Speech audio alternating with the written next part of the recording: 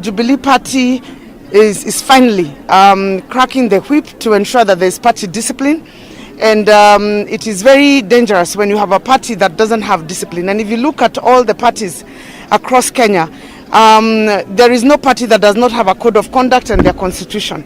And so we can see that the party leader, who is the president, has finally taken charge of the party, and we are supporting him and the work that he's doing to ensure that the party runs efficiently. The party is not intimidating anybody. All we have said is that we need to adhere to our party constitution and our code of conduct. Everybody signed a code of conduct before they got their nomination certificate.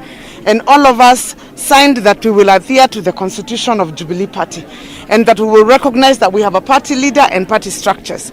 It is not possible to run government with indiscipline, and therefore we encourage the leadership to continue in that manner so that we can be able to also deliver on the promises of Jubilee. If we do not do that, we will not be able to pass bills in Parliament. We will not be able to pass them here in the County Assembly.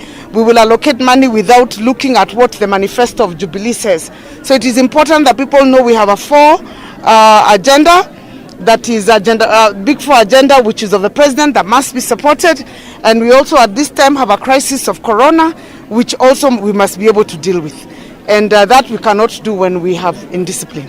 People don't even give respect to the president.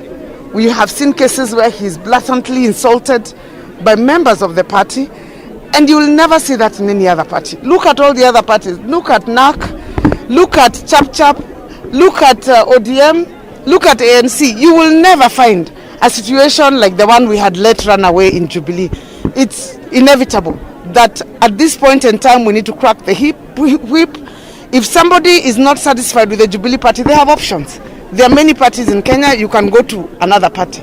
But if you're in Jubilee Party, you need to adhere to the constitution, and the least you can do is respect His Excellency the President.